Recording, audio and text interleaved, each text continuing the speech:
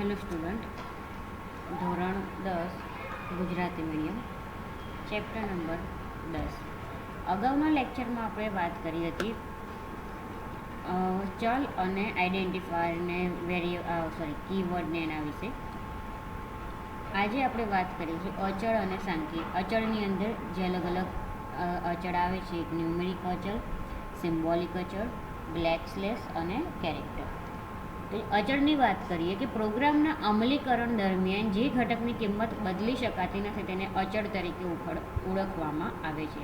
એટલે કે જ્યારે પ્રોગ્રામનો આપણે અમલ કરતા હોય, જ્યારે પ્રોગ્રામ આપણે રન કરતા હોય, તો એ વખતે જે તમે વેરિયેબલ કે જે કંઈ પણ આપ્યું હોય એની કિંમત તમે બદલી ન શકો, એટલે એને શું કહેવાય? અચળ કહેવાય. તો સી અચળોને આકૃતિ 10.7માં અલગ અલગ ભાગમાં વહેંચવામાં આવેલા છે. અહીં તમને આકૃતિ 10.7 આપેલી છે, એની અંદર વાત કરી છે.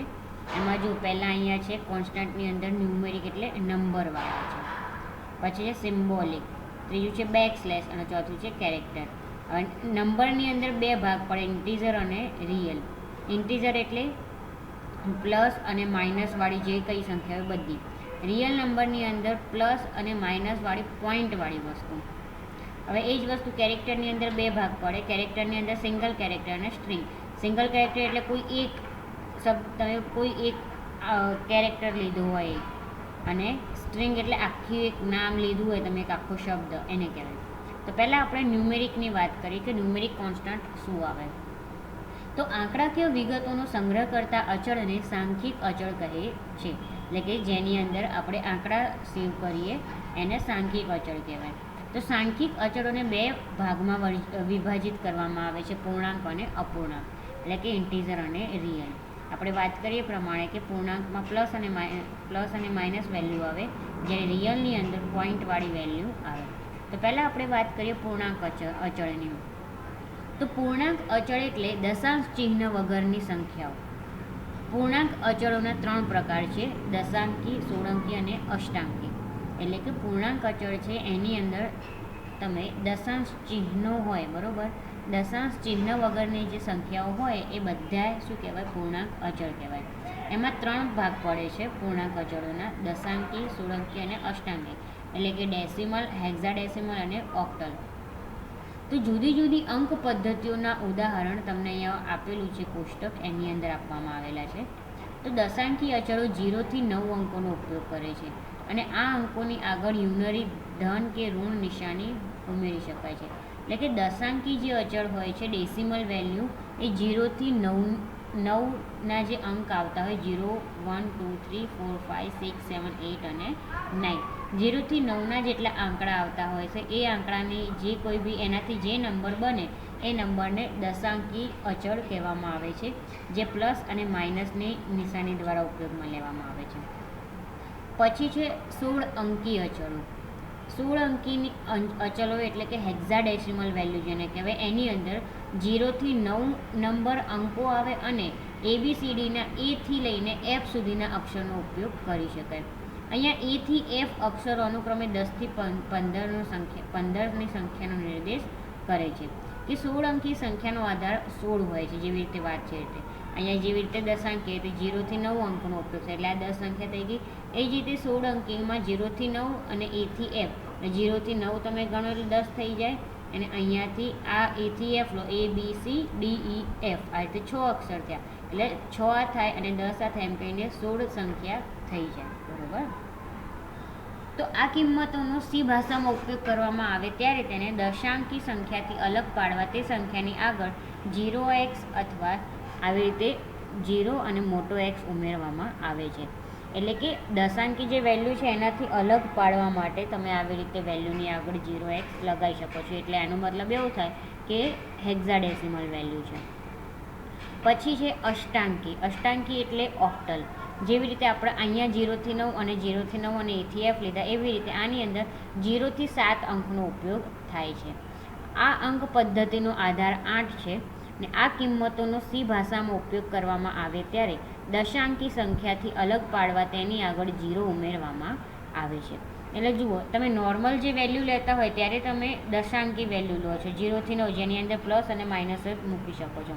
16 અંકીની અંદર 0 થી 9 અને A થી F વાળી જે વેલ્યુ હોય એની અંદર 0 સ્મોલ એક્સ અથવા 0 કેપિટલ એક્સ મૂકી શકો. એટલે એનો મતલબ કે 16 અંકી વેલ્યુ છે અને અષ્ટાંકી વેલ્યુની અંદર તમે આગળ 0 લખો એટલે એનો મતલબ કે અષ્ટાંકી છે.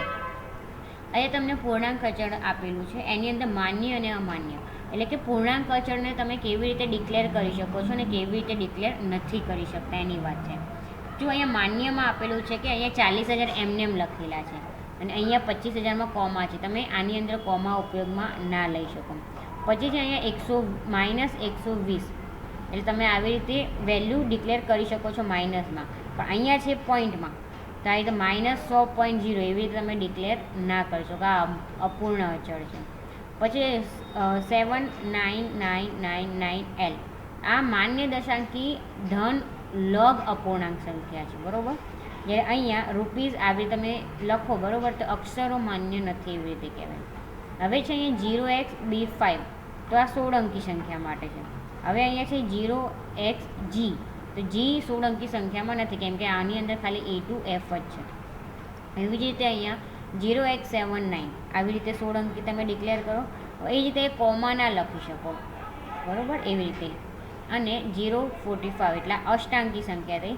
એવી રીતે 096 ના આવે. કેમ કે 9 છે એ અષ્ટાંકી ભાગનો ઉપયોગ ના કરી શકે, એમ કે અષ્ટાંકીની અંદર 0 થી 7ના વેલ્યુનો જ ઉપયોગ થતો. એવી જ રીતે હવે વાત કરીએ અપૂર્ણ અચળની. તો અપૂર્ણાંક ભાગ ધરાવતા દશાંકી એક અપૂર્ણ અચળ તરીકે ઓળખાય છે. એટલે કે જે અપૂર્ણાંક ભાગ ધરાવતા હોય, દશાંકી વેલ્યુ હોય, એને અચળ તરીકે ઓળખવામાં આવે છે. 10.50 -65.75 વગેરે અપૂર્ણ અચળના ઉદાહરણ છે. અપૂર્ણ અચળોની રજૂઆત વૈજ્ઞાનિક સ્વરૂપે પણ કરી શકાય છે. આ પ્રકારની રજૂઆત માટે મેન્ટિસા અને એક્સપોનન્ટનો ઉપયોગ કરવામાં આવે છે. અહીંયા તમને ઉદાહરણ આપેલું છે કે 25.75 સંખ્યાને તમારે વૈજ્ઞાનિક એટલે કે સાયન્ટિફિક સ્વરૂપમાં લખવું હોય તમે આવી રીતે લખી શકો છો 0.2575 E2 અથવા 0.2575 કેપિટલ E2 આવી રીતે તમે એને સાયન્ટિફિકમાં લખી શકો છો. તો અહીંયા 0.2575ને મેન્ટિસા અને 2ને એક્સપોનન્ટ કહે છે અને જ્યાં ઈ લખો છો, બરાબર, તે કેપિટલ ઈ અને સ્મોલ ઈ બંને સરખા છે. અહીંયા તમને આકૃતિ 10.5 આપી છે, એમાં માન્ય અને અમાન્ય અપૂર્ણ અચળની યાદી આપી છે. એમાં આપણે જોઈએ, જેમાં આપણે અહીંયા પૂર્ણાંકમાં જોઈએ એવી રીતે અહીંયા અપૂર્ણાંકમાં વાત કરીએ તો 250.00 લખો તો આ દશાંકી અપૂર્ણાંક સંખ્યા કહેવાય. પણ આવી રીતે કોમા કરીને લખો તો અલ્પવિરામ આવે નહીં એની અંદર. +295 લખો તો આ જે દશાંકી સંખ્યા છે ઓટોમેટિક આવી રીતે લઈ લેશે. પણ ડોલર તમે લખો, ડોલર એ માન્ય નથી.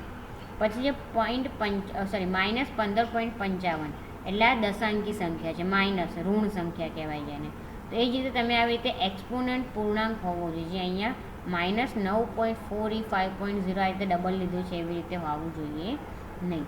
અને છે 15E-2 આ વૈજ્ઞાનિક કિંમત, સાયન્ટિફિક કિંમત છે.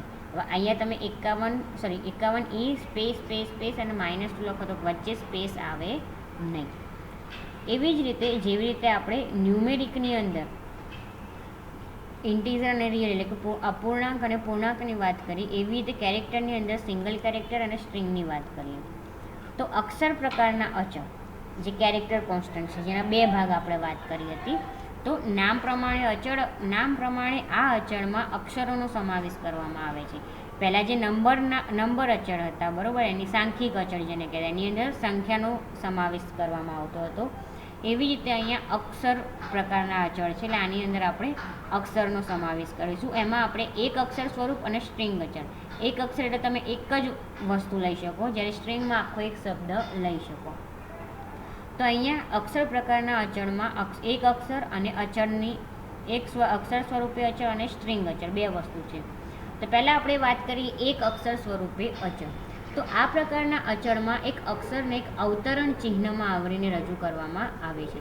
એટલે કે સિંગલ કોટેશનની અંદર તમે H લખો, V લખો, 7 લખો, $સાઇન લખો, તો આવી રીતે લખો તો એક અક્ષર સ્વરૂપે ત્યાં એને કહેવાય. તો અહીંયા દરેક અક્ષર આસ્કી નામે ઓળખાતી કિંમત સાથે જોડાયેલો હોય છે. આસ્કી એટલે American standard code four information interchange. જેને આસ્કી વેલ્યુ કહેવાય. તો કોઈ પણ તમે અહીંયા કોઈ એક કેરેક્ટર લખો એની વેલ્યુ આસ્કી કિંમત જોડે જોડાયેલી હોય છે. આસ્કી કિંમત અને તેની સાથે જોડાયેલા જુદા જુદા અક્ષરોની વિગતો પરિશિષ્ટ 2માં આપવામાં આવી છે, જે આપણે પછી જોઈશું. સ્ટ્રિંગ અચળની વાત કરીએ તો સ્ટ્રિંગ અચળને 2 અવતરણ ચિહ્નોમાં આવરીને લખવામાં આવેલા અક્ષરોના સમૂહ દ્વારા રજૂ કરવામાં આવે છે.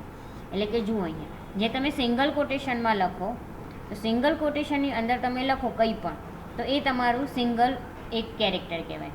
એ જ વસ્તુ જ્યારે તમે અહીંયા ડબલ કોટેશનમાં લખો છો તો એ તમારું સ્ટ્રિંગ કહેવાય, એટલે આખો એક શબ્દ કહેવાય. અહીંયા જો ડબલ કોટેશનની અંદર સી લેંગ્વેજ લખ્યું છે, બાય લખ્યું છે.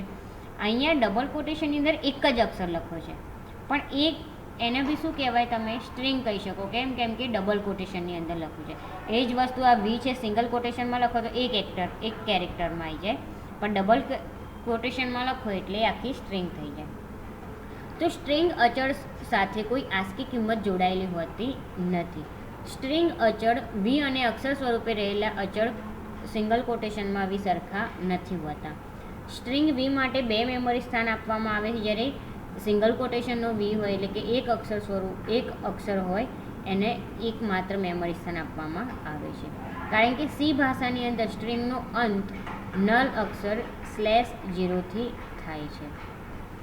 હવે વાત કરીએ બેક/ અક્ષરો. તો નામ અનુસાર સિંગલ કેરેક્ટર અચળ એક અક્ષરનો ઉપયોગ કરે છે, જ્યારે સ્ટ્રિંગ અને અક્ષરોનો ઉપયોગ કરે છે. એટલે કે સિંગલ કેરેક્ટર અચળ હોય એક જ અક્ષરનો ઉપયોગ કરે, જ્યારે સ્ટ્રિંગ હોય અનેક અક્ષરોનો ઉપયોગ કરે છે.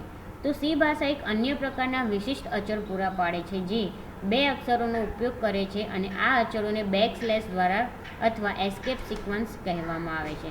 પ્રથમ અક્ષર હંમેશા એક બ્લેક સ્લેશ હોવાને કારણે આ અચળોને બેકસ્લેશ અક્ષરો તરીકે ઓળખવામાં આવે છે.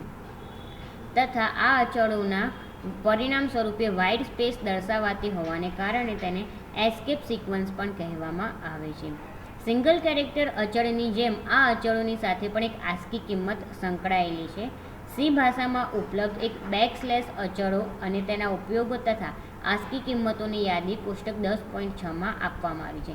એટલે કે અહીંયા તમને કોષ્ટક આપેલું છે, એની અંદર સી ભાષાની અંદર જે બેકસ્લેશ વપરાય છે એની જોડે જે અચળો હોય છે એનો ઉપયોગ શું થાય અને એની આસ્કી વેલ્યુ શું છે તમને અહીંયા આપેલી છે. જુઓ /0 /a /b /t અહીંયા તમે એક વાર વાંચી લેજો અને એની આસ્કી વેલ્યુ અહીંયા જે થતું એ તમને ખબર પડી જશે. તો એસ્કેપ સિક્વન્સનો ઉપયોગ મુખ્યત્વે ગોઠવણીના હેતુસર કરવામાં આવે છે. ધારો કે તમે /n લો તો એનો ઉપયોગ એવું થાય કે ઇનપુટમાં કે આઉટપુટમાં તમે એક નવી લીટી ઉમેરી શકો છો. અહીંયા જુઓ /n અને એનો ઉપયોગ શું થાય, નવી લીટી ઉમેરવા માટે. તો આ અક્ષરોનો ઉપયોગ તમે પુસ્તકમાં અનેક જગ્યાએ જોઈ શકો, એટલે તમને બુકની અંદર અલગ અલગ જગ્યાએ આપી લેશો. ઓકે, તો આ લેક્ચરમાં આટલું જ, બાકીનું આપણે પછીના લેક્ચરમાં જોઈશું.